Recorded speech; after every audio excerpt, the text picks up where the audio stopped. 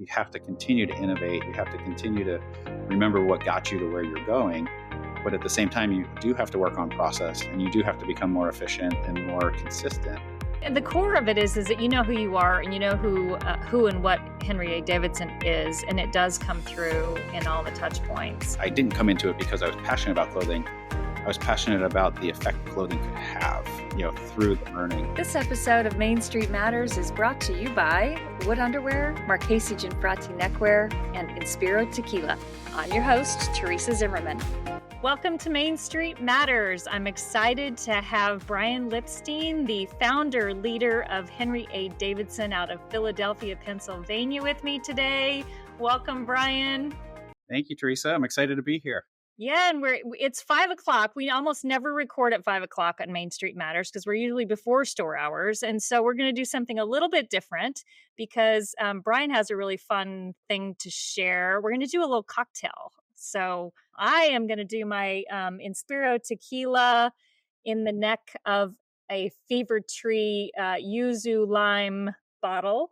But Mine's a little more straightforward than Brian's is. Go ahead, Brian.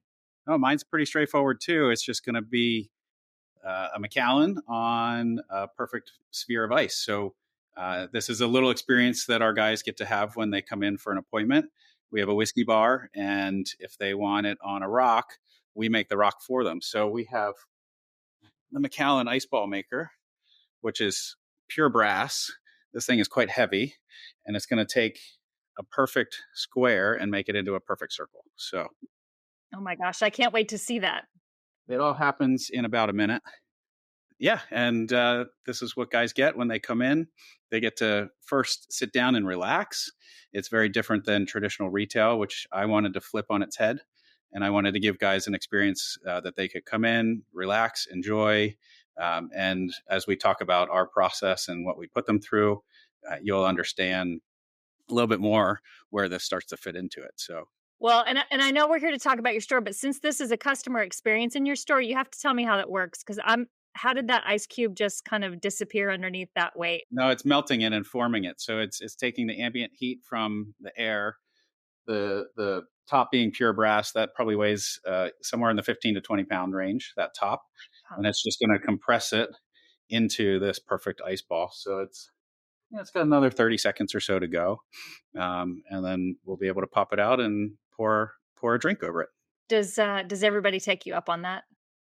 Not everybody, but I do have some clients that come in, and every time they come in, that's part of their routine, even if it's a 10 o'clock in the morning appointment. But we encourage people sit down, relax. Sometimes halfway through the appointment, they'll say, okay, I'm ready for that whiskey. And, then we take a break and pause and get them satiated. So. Oh, there's a button that lifts the ice cube out of the hole there? Yeah. This is seriously fancy. So now we have incredible perfect round ice cube.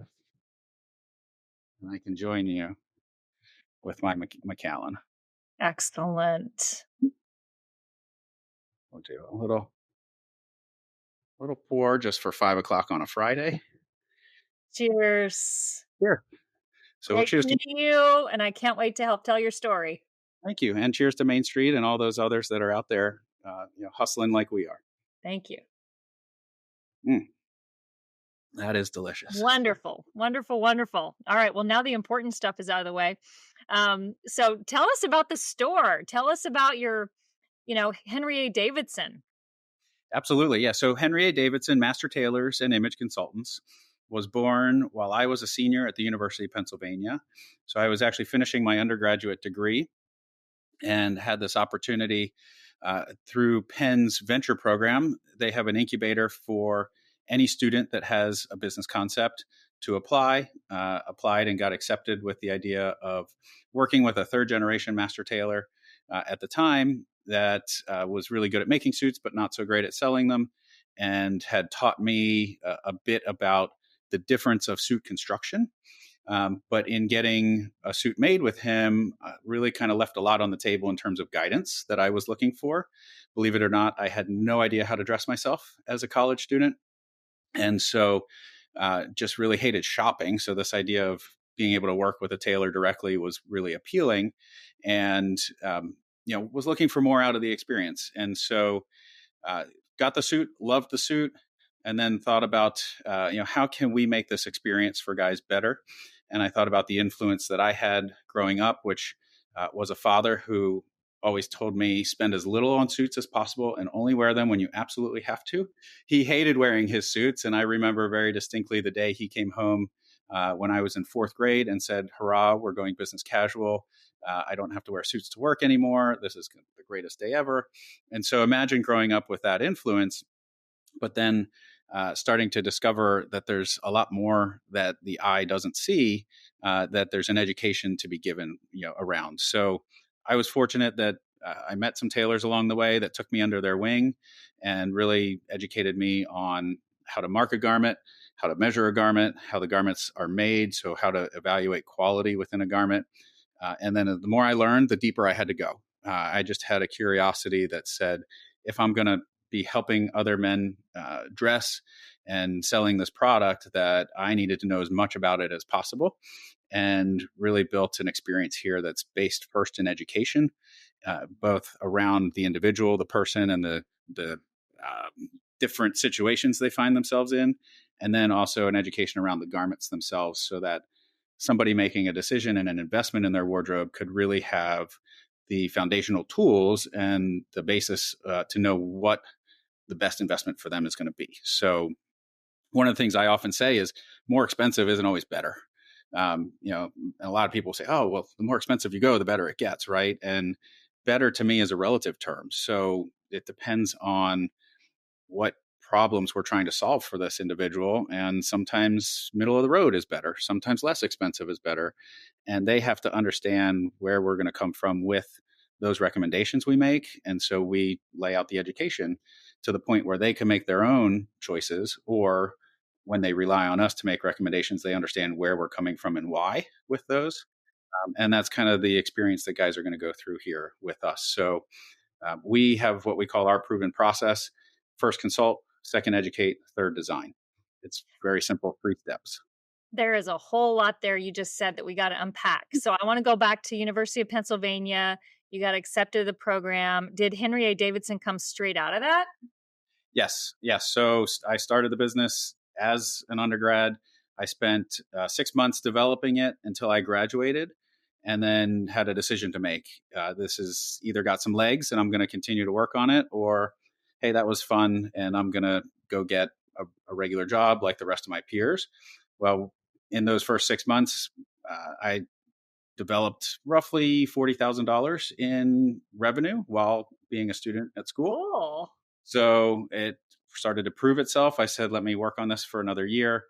The program, even though I graduated, had grandfathered us in for another year. We actually helped them revamp the way the program was run and raise awareness for entrepreneurship on campus. So when we applied, there were maybe 10 or 12 companies or students that had an idea that were applying to this program, and almost all of them got accepted because there just wasn't that much volume.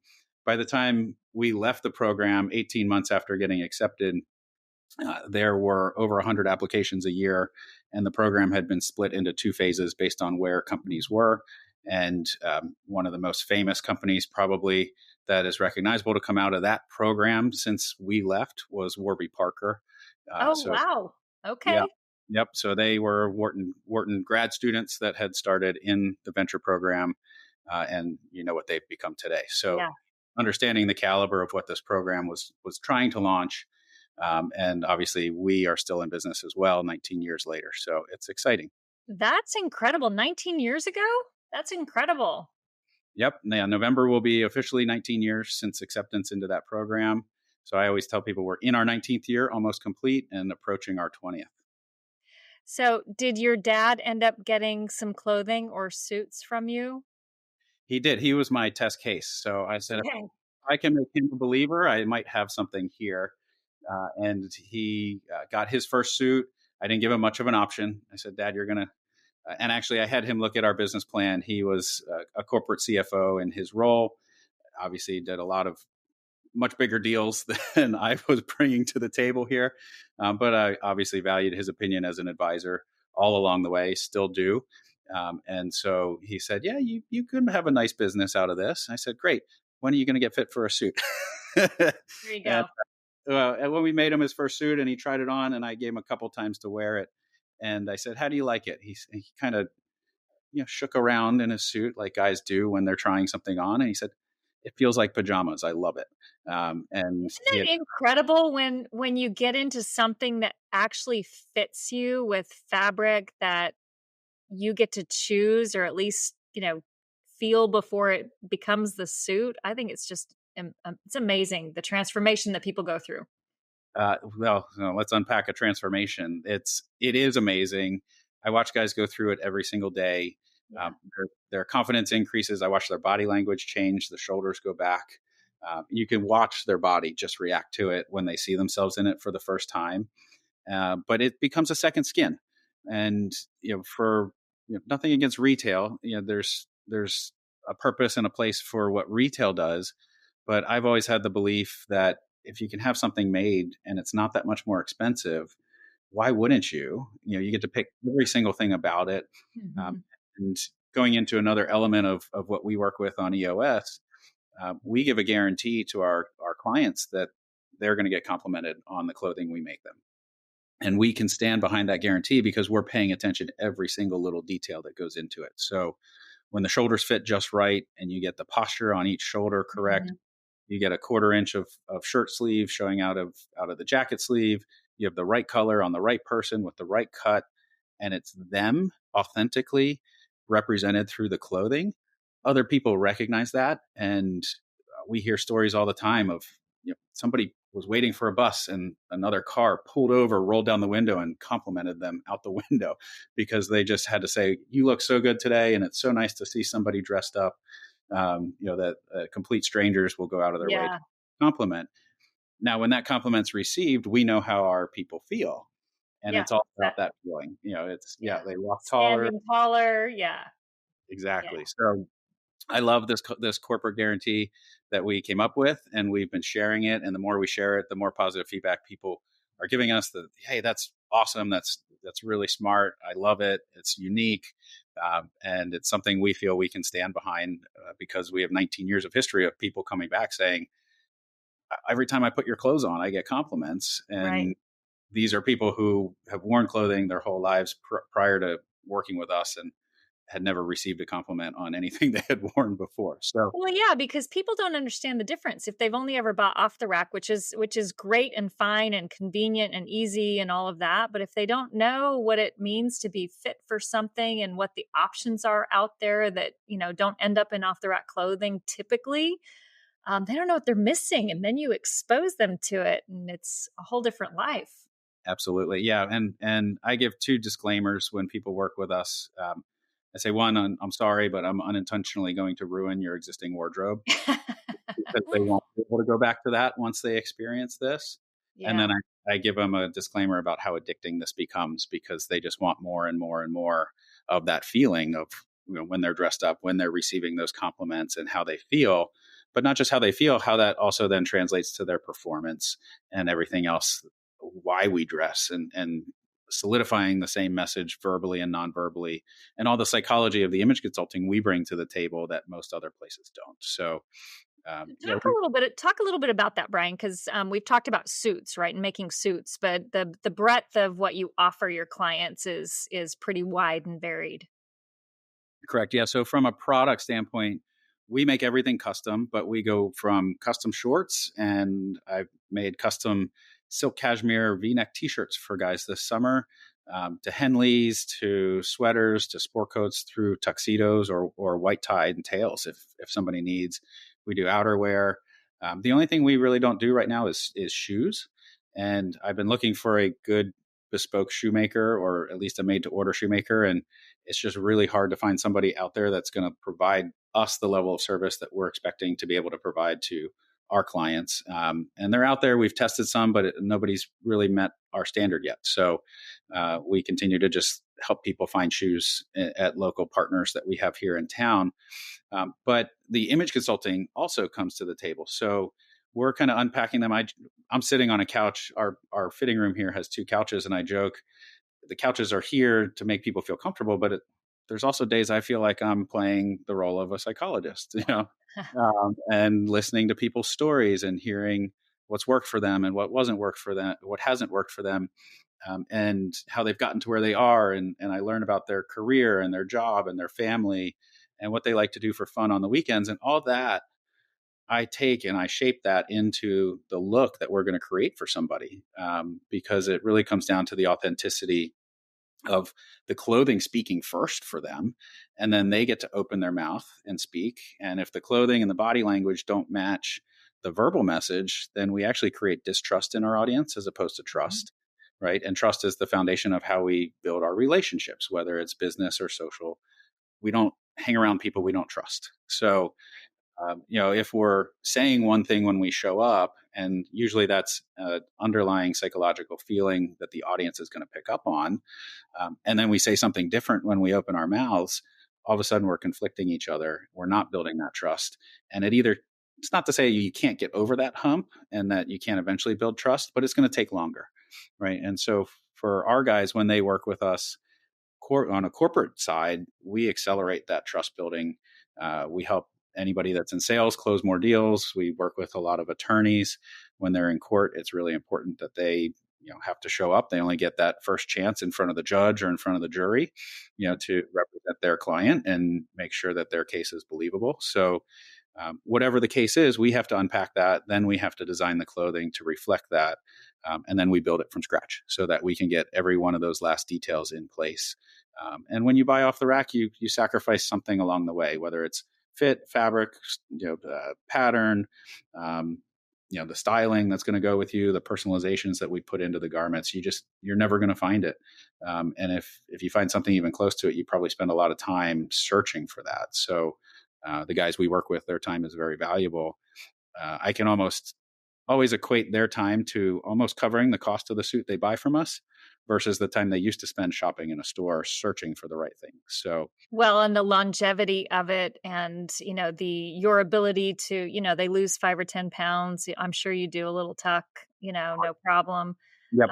Yeah, it ends up definitely paying for itself, I think. So, but yeah, if more people understood that it's even available. How do you get your clients? So I've built relationships in Philadelphia. If you're familiar with Philadelphia, it's a small, big city. Yeah. There's a lot of relationships out there. There's a lot of networking groups. Like to not say networking as much, but more relationship building and development, because the way we look at relationships are like a bank account. If you don't put into the account first or put into the relationship first, you can't ask for something out of it. Yeah. And so it's not just going around handing out cards and hoping to connect with somebody, but actually actively working on building relationships, giving to other people, helping to feed them and their business, and intimately being able to step into their shoes and represent them, to be able to make a good introduction, not just throwing names at each other. So for a long time, we built it that way. Now we are focused a bit more on inbound marketing, a lot of SEO with our website and playing with Google ads, meta ads. So we're really trying to dial in that formula where we know exactly what the cost is per lead. And if we put double the budget to it, we know we'll expect double the leads and so on. So it's that, and then client referrals. Our clients are walking billboards. So, like I said, complete strangers all the time will stop our clients and say, Yeah. "That's amazing. Where'd you get it?" And all of a Yeah. sudden, You look introductions. fabulous. How do I get that? Yeah. Exactly. Well, if we go back to you're a college student, how do you get somebody to buy a custom suit from you as a college student? At 22 years old and trying to sell. Yeah, 23 years old trying to sell the lawyer that's going in to talk to a major judge that, you can build his suit for him. Yep. Yeah. I mean, it's relationship based, right? You have to earn somebody's trust. You have to show them what you can do for them. You have to uncover the pain that they've experienced and show them a solution. So my background actually was in sales, which is how I first got into this. I sold Cutco knives my first summer of college. I did very well with it. I was trained in sales, but I was also came into sales with a belief that you can only represent a product of integrity. So when I went through that experience with the first tailor, I saw the product, I saw the integrity. I said, "Hey, I could represent this." really kind of took that and the background of knowing how to sell something, having a network in Philadelphia by virtue of growing up here, attending the University of Pennsylvania, and really trying to start with those people I knew that could afford what we did, but never bought it because nobody had ever educated them on it. And so that's how we got to putting the education together. And the more we did it, the more people said, "Hey, this is really cool. Nobody's ever talked to me about this. I've worn suits for 30 years in my career, and I never knew what a canvas was. I never knew what hand stitching really was all about. I never knew any of this stuff about fabrics." And so we find that our true customer has an appreciation for the finer things, and generally maybe doesn't go into them when it comes to clothing, because when you walk into a retail store like they're used to, it's all about the brand name on the designer, or the salesman only knows so much, and so they're competing on the floor, and you've got salesmen breathing down your throat in a highly competitive environment. Right. Here, you walk in, our door stays locked. You have to ring the bell to get in. You come in, we have a whiskey, and we sit down and we have a conversation. And a lot of the guys, I'll spend 30 minutes to an hour just talking with them before we ever touch a fabric Hmm. or I ever pull a fabric book out. And that's different than a lot of other tailors, too. A lot of other tailors, "Hey, I can make you anything you want. Tell me what you want. Here's the fabric books." Right. Most guys don't know what they want because Mhm. they are looking for that guidance like I was. And so this experience for them really makes it low pressure. I don't want to sell to somebody that's not the right fit for us. Right. We actually don't even let somebody in our store these days without having a phone call with us first. Mm. So we want to make sure their time is worth it. We want to make sure our time is worth it when we block 2.5 hours to spend with them on an appointment. So we make them get on a 15-minute phone call with us, and we answer the basic questions, make sure that our expectations are aligned, and then if it we get past that point, then we welcome them in to schedule an appointment with us. And you talk about tools, digital tools, your SEO and Google and Meta ads. Where would you say your business balances out? Is it coming from those things nowadays, or is it coming from that word of mouth, that referral? Because it feels to me like such a relationship based, referral thing. How much is the technology stuff and digital advertising and marketing helping you? I would say it's getting closer to 50-50. Wow. Uh, Okay.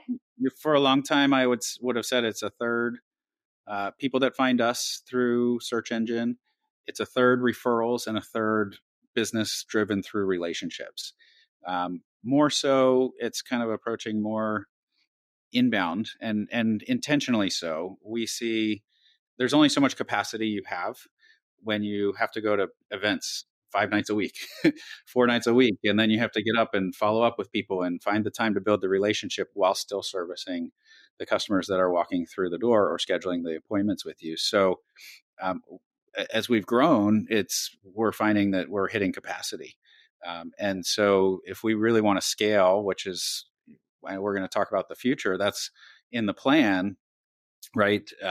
We need to figure out something that's repeatable, and somebody that knows how to build relationships, consult, measure, design, and to work like a tailor is a pretty big unicorn. So So you figured out cloning is what you're going to tell me next. I've figured out that that what I do is actually 5 jobs in one, Yep. um, and it's a unique personality, and Yeah. it's hard to find. So we need to break those 5 jobs into individual jobs, systematize it so that we can continue to deliver the same experience along the way, but really having a person that just does business development and then is able to hand off a relationship to somebody that does the consulting, who's then able to take through design and then hand off the relationship to the tailor or somebody that's a measurements expert and take it through the rest, and then have an account manager that manages the relationship ongoing and makes sure that they're there almost as a concierge, for the needs once the client has the product, and then if they want more, that's their dedicated point of contact, so that the business development person can continue to develop business, and Right. they don't have to give up developing business to then maybe service an existing client. And it's a 1 or 2 person shop. You do it and you work 8-hour days that become 10-hour days that become 12-hour days. Oh, and Uh, then you have to go to the event afterwards. right, exactly. And some point you have to sleep. As I've gotten older and I like to think wiser a little bit, I am trying to lower my threshold for pain. By pain, I mean all the things I have to fit into a day, and find people that can help me that are able to deliver that experience. Right. So the one thing that's consistent is we won't sacrifice the experience, and every client that walks through the door gets treated the same way, and they get treated to the same kind of set of processes that we're going to take somebody through. And are you finding that talent by outsourcing it? Are you finding that talent by bringing it in house? How are you doing that as a you said one or two person shop? I mean, So because you're talking about specialists. we are specialists. Yeah. So we are now a team of 8. So we are growing. Okay. I've hired a full-time marketing person that leads that inbound marketing and branding, and helping us really kind of put together touch points for our clients before they come in and become clients, and then after we deliver the first garment, so that the experience continues on. Um, and then we have 2 of us that do the consulting and sales right now. By the end of this year, we're hoping to hire a third. But to do that, we are trying to drive more of that inbound marketing so that we can feed that business to somebody who can really just focus on the experience once somebody's through the door. Where are you finding these people? Because staff, especially talented staff that can work in a independent retail such as yours, and I hear this all the time. It's hard to come by. It's hard to come by. We've used recruiting firms this year, which have Okay. been amazing. Hiring is not one of my favorite things to do. Okay. So being able to pass that off and use somebody that's passionate about it, that has the skill set developed and the tools to find these individuals, has been just a godsend. um, I don't need to find somebody with the skill. I can train the skill. I need to find the right attitude and somebody that believes in the culture we've built here and the vision that we're working towards. And if they want to be part of what I see for the growth of this business, I can teach them the rest. We've brought people in from the hospitality industry because I tell my people that they're experience makers. Hmm. They have to create the experience for the client, and it's about the experience and how they're treated before it's about what we tell them, right? And the what I can train. Yeah, we're systematizing our hiring. We're trying to put matrix together. We use our core values heavily when it comes to hiring, both core values for our employees as well as our clients. And so the way we look at the lens of our core values is they have to be lived every day. Um, Hmm. we are also willing to give up revenue if they're not represented. You have your core values on your website. Be real. R period E period A period L period. You want to Yes. go through those a little bit? I think they're fabulous. Thank you. Yes. Yeah. We put a lot of time into developing them and working through exercises with coaches that specialize in creating culture. So it just happened to acronym very nicely, to be real. But the letters stand for be reputable, be extraordinary, be authentic, and be learned. And so that's everything that we drive to and that we care about. And it starts first with the owner of the business. This was values that I was raised with. Always being yourself, always carrying yourself in a certain way, being trustworthy. So reputation, obviously we know reputation matters, but we were talking earlier about the image consulting, the first impression, walking into a situation, being known for the guy that pays attention to every detail of his image, and is remembered for that, right? That doesn't just come with the clothing. That has to come with your attitude, your behavior, the follow through of what you say you're going to do. So all of the integrity, the credibility, the respect, the trustworthiness, that's all encaptured under reputation or be reputable. And a lot of people use those words for their core values, right? Integrity, respect, right? But to me, that was cliche, right? It's yes, of course, everybody has to have those values or you're not going to get business done, right? So how did we sum it up in a way that was actionable? And we put be in front of each one. So be reputable really hits home on there's action behind all of the things that make you a reputable person. It's a directive. It's something that you can do something with. It's not something spoken at you and you put that be, that action word in front of it. Exactly. Yeah. And then we go into be extraordinary. And to me, extraordinary can mean so many different things, but my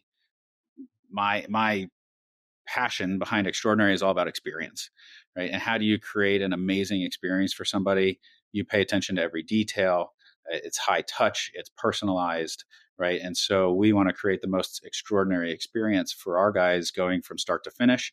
And then every time they wear the clothing that we make for them. So, I thought back through my life, and the things that are most memorable to me were always around an experience that I had. So, Well, you just did that when we opened up. I mean, why just give somebody a round ice cube when you can make it in front of their own eyes? I mean, that's that's extraordinary. I loved it. you got it. Yeah. So that's part of it. And then be authentic. There's nothing better than somebody feeling completely comfortable in their own skin, being able to live their true life as their true self. And whether somebody walks through our door understanding that about themselves already or not, we want to help them find that. So that's part of the consulting that we bring to the table. But then we also want to design the clothing to help them represent that and live that as they walk out our door and through the rest of their day. So be authentic. If you're not being your true self, you're hiding something. You're living in a world that you don't feel comfortable.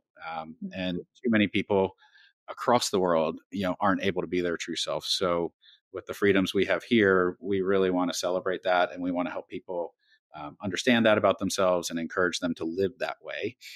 And we do that with our team as well. And then be learned. Back to the whole way this thing got started. I was a why kid. My mom wanted to slap me upside the head so many times. I just said, "Why, mom? Why?" She Uh, didn't give you the because I said so thing?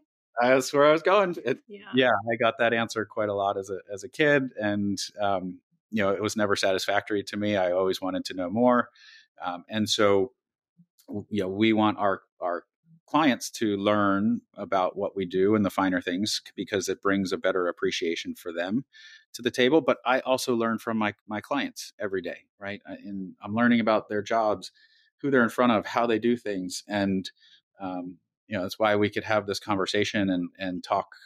I asked you how much time we have at the beginning of this, right? I could very easily talk to you for 2 or 3 hours. Oh, yeah, and I'd be here too. I don't know if our listeners would be, but I would love it if they were.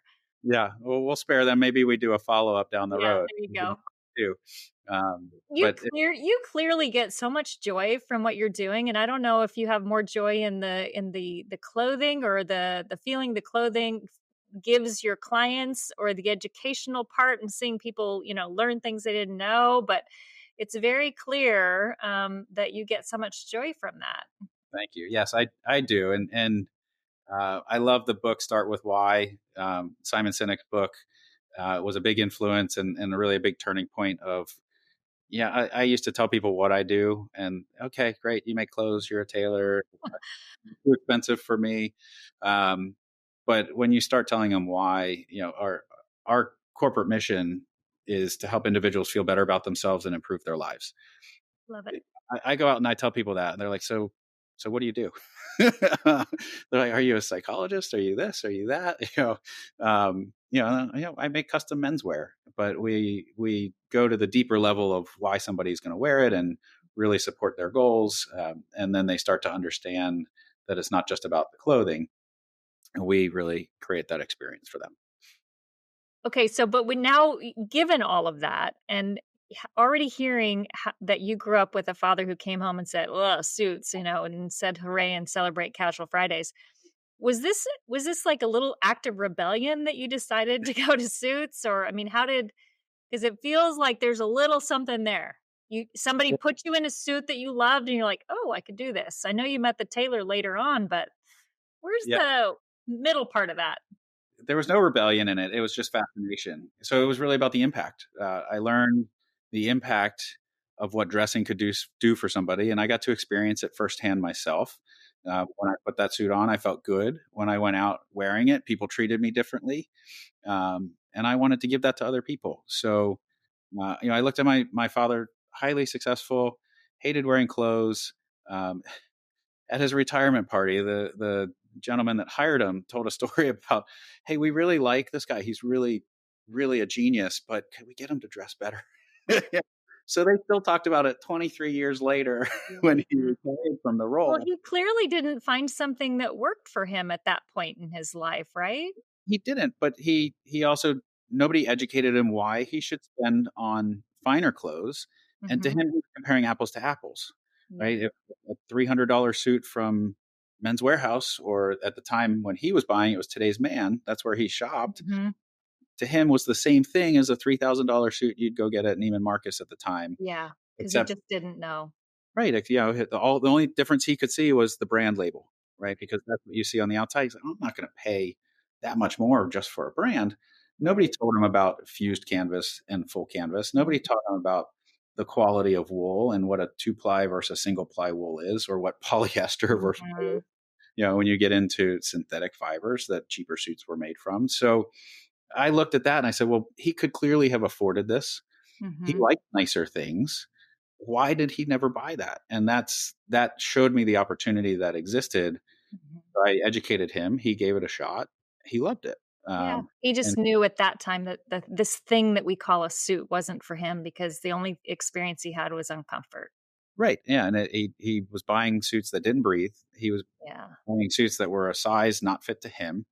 Mhm. So wearing it was uncomfortable because it didn't fit and it didn't breathe, and it probably wasn't the nicest fabric. It didn't feel nice on the skin, and at the end of the wearing that for 8 hours plus an hour commute each way, you want to take the thing off. Yeah.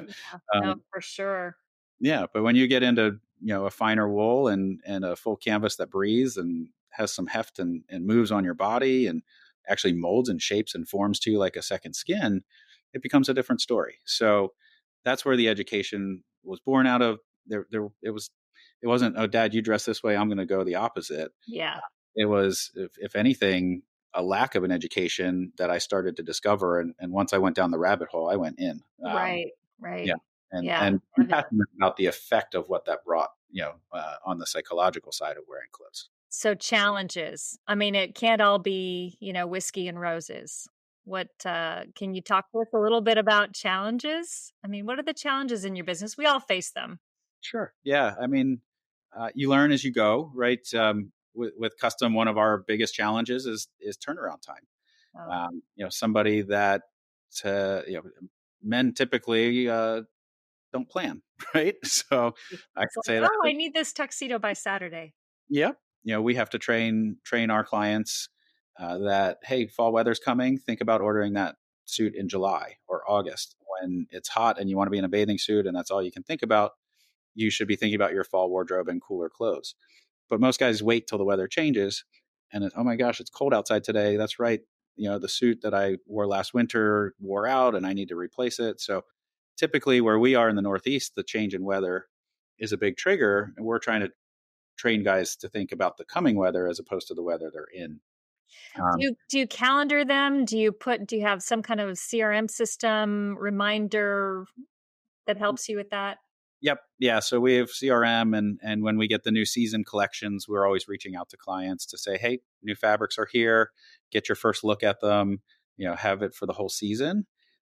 Some are great about it, but a lot of people travel in the summer. So, hey, I'm away on vacation. That's great. I'll be back in September, or whatever the case may be. So, the challenge is constantly there of getting guys to plan.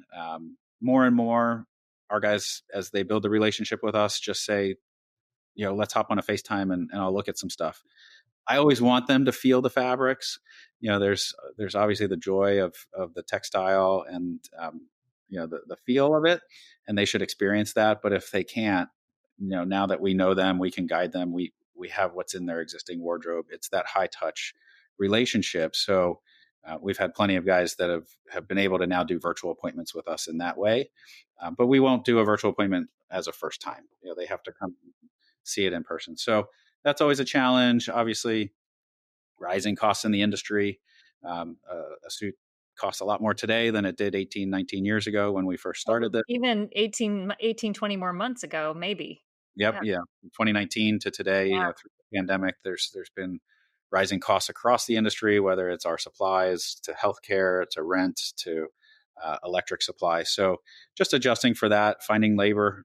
We talked about that already. How do we find these people that can help us grow and deliver the experience? So there's challenges every day. You walk through the door, you don't know what's going to hit you. And so I'll say that we work with all third party vendors. We do all our finishing here in house. our ultimate goal is to control our own supply and build our own shop somewhere in the US when it makes sense. So, one of the challenges is that we are beholden to another company, making sure that they deliver on what we need them to. Uh, Right.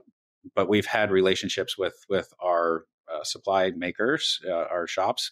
They're second and third generation family shops for the most part. It's not factory driven. Uh, Right. Wow. Cool. yeah, and so you're building that relationship for anywhere from 15 to 17 years with them, and the amount of business we do with them across the U.S. Annually, we're generally one of the top 10 shops that they work with in terms of volume. So when I need something done, I have that leverage to say, "Hey, look, you're slacking. Let's get it done." Right. But when the pandemic hit, there was only so much control anybody had, so we had to manage through just setting the proper expectations. I'd rather tell somebody, hey, look, we're in a period, it's going to be 8 weeks right now, and then be able to deliver in 6. Whereas we used to say 6 and then it started turning into 8, right? Right. So under promise, over deliver is a mantra that we always stick with. And it's all manageable. Um, I always say, I'm not doing heart surgery. You're not on my table bleeding out, dying. So nothing is that dire. uh, Right. and I wouldn't take the business if I didn't know I could deliver it. So when guys come and say, "Hey, I'm getting married in 3 weeks," I say, "Congratulations, um, good luck. Let me show you around the corner to Suit Supply." Yeah, and it's oh my goodness, you're gonna need to have somebody with you when you talk to your bride if you're just not thinking about your tux. Yeah, and how long have you been engaged for? And you waited for 3 weeks before your wedding to call me and Oh you boy. get something custom made. But it's that's happened a lot less now coming out of the pandemic. Yeah. Right out of the pandemic, I think it happened a lot because people didn't know if their wedding was actually going to happen or not, and then it was, but they should have still been prepared. So that's another lesson we teach people: have the suit in your closet for when the situation comes at you by surprise, versus get caught by surprise and then have to settle for something that maybe doesn't meet all the needs of what you're looking for. Yeah, it's incredible how much education you do. I'm gonna reference your website again because people need to know, and we can put a link in the notes as well. But you've got an incredibly robust blog section that's all about education, about canvas and fabrics or cloth and stitching and Our blog, so when the pandemic hit, it's like, what can we do? Well, we can write, and we can come out of this when people are looking for us being relevant. So our blog from the very beginning has always been to be an educational resource. So a lot of people say, "Oh, don't give away the secret sauce, right? Don't give the client too much information." But how much information are they getting in one? If somebody wants to read all 385 blog posts on my site, good for them. But most people don't have that attention span. They're going to read enough to know that we're credible, right. right? And we know what we're talking about, and pick up the phone and call us. So we use our blog for SEO because I don't want to bog down the main pages on our site where so many companies get out there and the SEO company says, "Oh, you need this word 6 times, you need this word 5 times, you need this phrase," and all of a sudden you're writing, and you need 850 words on the page, and it's like Right. that's too much. And our brand is all about elegant. That 1,000 word page that says the same thing 8 times, and it's very clear you're trying to force it in there because it's not natural to Mhm. maybe work in some of these words, is not elegant, right? And it just gives you, as somebody who might be looking for services like ours and debating against us versus another company, it leaves a different impression on you. So we use our blog for that because I can make the blog 1,200 words, and I can, through conversation and education, work in those words the way that the website needs. But I can also give value to the person visiting the blog, whether they're going to be a client of ours or not. I've had people from Australia email me, "Hey, love this blog post. Have a question. Would you help me out with this?" Right? Nice. And we'll answer their question and help them out to the extent that we can. But the one topic is not giving away all the secret sauce. 380 topics. You could take my blog and write a book, which I probably will do in the near future.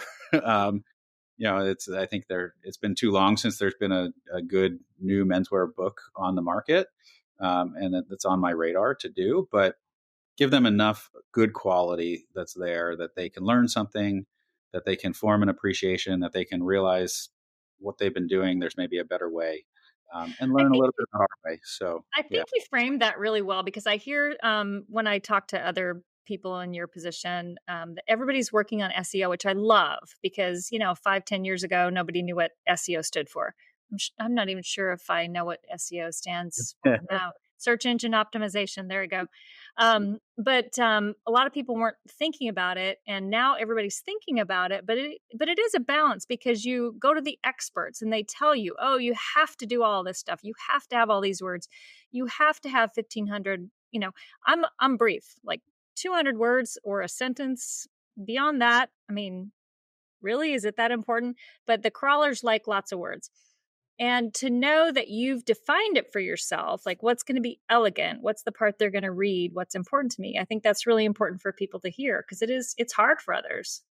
When I go to a web page, the first thing I often look at is the About Us page. Right? I want to know who am I dealing with. I want to know what their values are. And too many companies don't put their core values on the website. I have no idea what their culture is about. I want to know the founder's story and the history and how they got to where they are. And there's just a lot of things out there that you might be searching for that you can never find that information because people either don't want to share it or the company's so big that they think it's not relevant. But it's always relevant, right? It's always comes back to that relationship.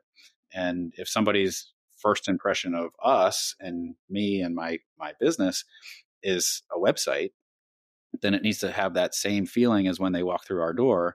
It needs to have that same feeling as when we get on the phone with them for the first time, right? That consistency, the same way we teach our customers that they need to be consistent in the way they dress and speak and act.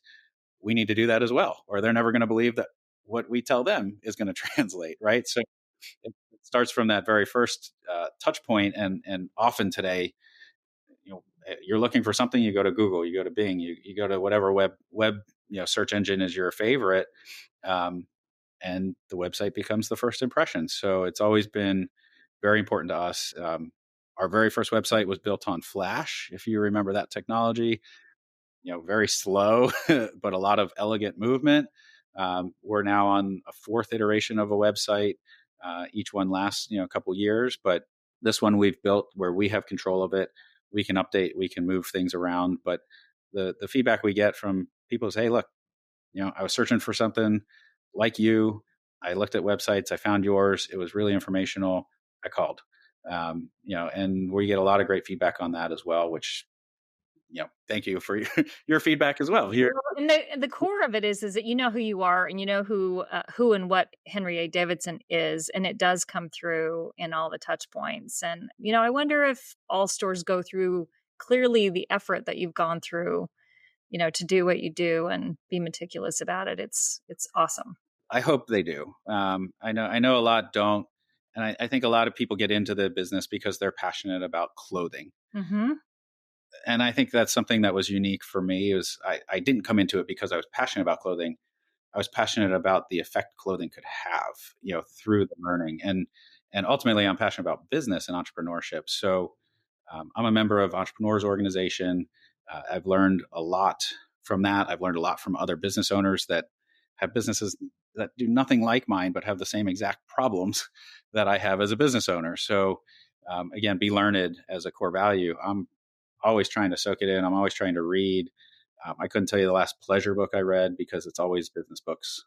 There's so many on my list that I want to read, and there's new ones coming out every day that are just give me the information.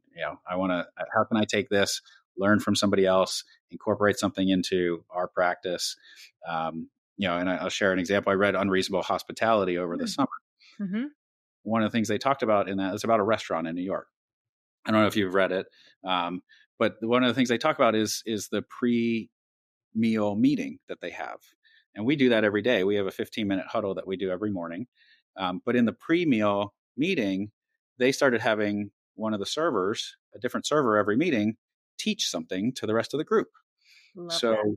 So I love that idea. I said, look, we need to teach process. We need to teach, uh, people. We need to cross train, right? And so at the beginning of the summer, once I read that, we started instituting what we call HAD Academy. So HAD for Henry A. Davidson and Academy, and every Friday we extend our 15-minute morning huddle by another 15 minutes, and one of our staff picks a topic and they teach the other staff about it. So, and the feedback we got going through the first iteration was, this was so much fun. This was awesome. We want more of this. And they loved doing it and presenting, and they loved hearing others present and learning from them. So, Can you give us an example of what somebody decided to teach at one of sure. Yeah. So, we had my marketing guy taught on the history of Paisley. Um, That's actually incredible. I love that. yeah, it was awesome. I had the other salesman that does what I do with the clients directly taught on fragrances. So the effect of how different fragrances are built and what's more masculine, what's more feminine, and how you can utilize fragrance strategically, throughout your day based on who you're going to be meeting with.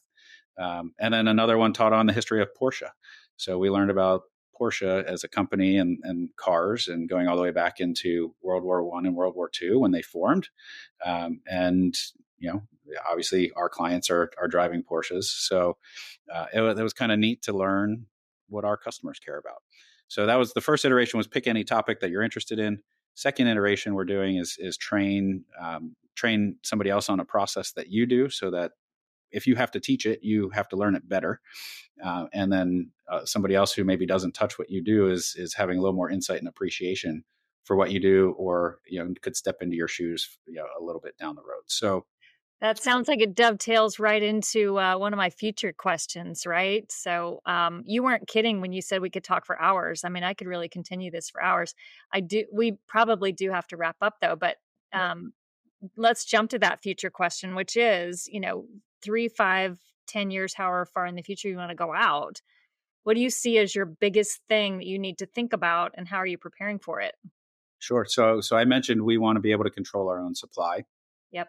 To do that, we have to make supply efficient, and you need a critical mass to set up supply where you don't have downtime, where you're having inefficiency running through a shop. So for us, what we're working on is finding individuals in other locations that represent our culture and want to be part of this vision, and having them help us open locations in other cities across the US to start to build our volume to a point of critical mass where we can then approach and open our own supply, where we then can control timeline, quality, process, and what we offer. So it was our 10-year goal.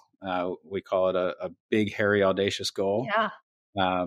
It was 10 years. We made that 2 years ago. So we've got 8 years to go, but the 3-year goal is to have 2 more cities open and functioning at a certain level, and then probably anywhere between 5-6 cities till we hit the point of critical mass, and we can start then working on what does a production facility look like. So ultimately, when I came into this business, Tom James was the big player, right? They were the custom guys, and if you look at the way they're set up historically, I mean, they acquired factories over time rather than built them. But Tom James owns Oxford in Chicago, Mhm. right? And they have that product that they can offer that is one of the best products still in the world in terms of the quality of production, and they have the ability to sell it. They also make a ready-to-wear collection with Oxford that's carried by retailers. So we want to go into that where we have that control. We don't want to go into ready-to-wear. I never wanted to be a designer. My name's not on the business for a reason, right? It's not about me. It's about our customers. Mhm. And we chose Henry Davidson because he was known to always be representing the details and well put together. So the whole be reputable value was represented with him. But that's where we're headed. So, it's all about how do we, again, create replicable processes, simplify, train, and then teach them, so that if somebody's going to come to Henry Davidson, Knoxville, I don't know where we'll end up, because to me, it's more about the right person than a specific city, the right partner in the locale. But if somebody goes to Henry Davidson in Knoxville, they need to get the same experience that they would get at Henry Davidson in Philadelphia. They need to get the same hospitality. They need to get the same treatment. So, with the same knowledge and guidance. So it's a big undertaking. I mean, you're talking about building a playbook that most retail stores don't ever think about having, Right. because it's about, well, here's the product I have at my fingertips, and I'm going to sell you the best thing here. as opposed to where we're building everything from scratch for every single person that comes through our door. And we need to make sure we maintain that consistency. Ambitious. I love it. And I'm sure you're going to get there too. I can't wait to have part two. One final question is, and I ask everybody this, why does Main Street matter? Yeah. And I love hearing the answers to the other guests that I've gotten to listen to with you. I mean, Main Street, it's local builds local, right? And if you don't have somebody on the ground that understands what's going on in the community, which is, I mean, God, we could talk about it forever for community, and I know a lot of your guests have, but I have a saying that businesses build community and community builds businesses. It's symbiotic. One can't exist without the other, and it can't be a take only type of relationship. So when you have somebody that's local, they're helping to support the community. You know, they're growing with the community that they operate within, and they can be more agile to the needs of the community. So, I think the U.S. economy was built on the backs of entrepreneurs. They all the biggest of companies started small at some point, right? And I think the ones that are the most successful don't lose touch with where they started from, and they don't lose touch with the relationship of the customer that they originally were supported by. So no matter how big we get, we want to make sure that experience that we created this on stays the same, and it's highly built based on our communities that we're in. I love that. I mean, that's the part I love about, the business that I'm in, and the fact that I get to talk to people such as yourselves, all day long every day, because it is that relationship. And the last book I just finished was Ron Shake's book. Ron was the founder of Panera Bread, and there's a point in the book that he makes about innovating and then operating, right? And so many companies innovate to the point where they then have to make efficiency out of operation, and they lose the innovation, and they actually continue to then they kind of go down as opposed to going up because of Right. that corporate feeling. You lose the Right. value, you lose that high touch. So Mhm. always maintaining, that really resonated with me because it's you have to continue to innovate, you have to continue to remember what got you to where you're going, but at the same time you do have to work on process, and you do have to become more efficient and more consistent, and so you need the right balance on the team. And that's one of the things I love about EOS, the system we run on, is there's a visionary and an integrator, and it's based on personality. So being more of a visionary personality for me, if I surround myself with the right people, they'll do the part that needs to get done, and they can allow me to continue to do the part that's going to continue to move the business forward. So it's really exciting. Um, we're having a lot of fun here. It wasn't always fun. There's been hard times. It's taken a lot of sweat to get to where we are. But the more and more we refine this message, the more and more people are resonating with it, and the easier it's becoming. So keep an eye out. We'll be around the corner from you hopefully soon. Excellent. Love it. Love it. So cheers. Can we take a final cheers? Cheers. Thank you, Brian. We'll Thank you have for, thank you for being on, and thank you for sharing your story with us. Thank you for having me, and I look forward to the other stories you're going to have coming up, and maybe a part 2 in the future. Perfect. Thank you for tuning in to Main Street Matters. I hope you found today's episode insightful and inspiring. I'd love it if you would share Main Street Matters with fellow retail owners or anyone else who loves Main Street. And please subscribe so you know when the next episode drops.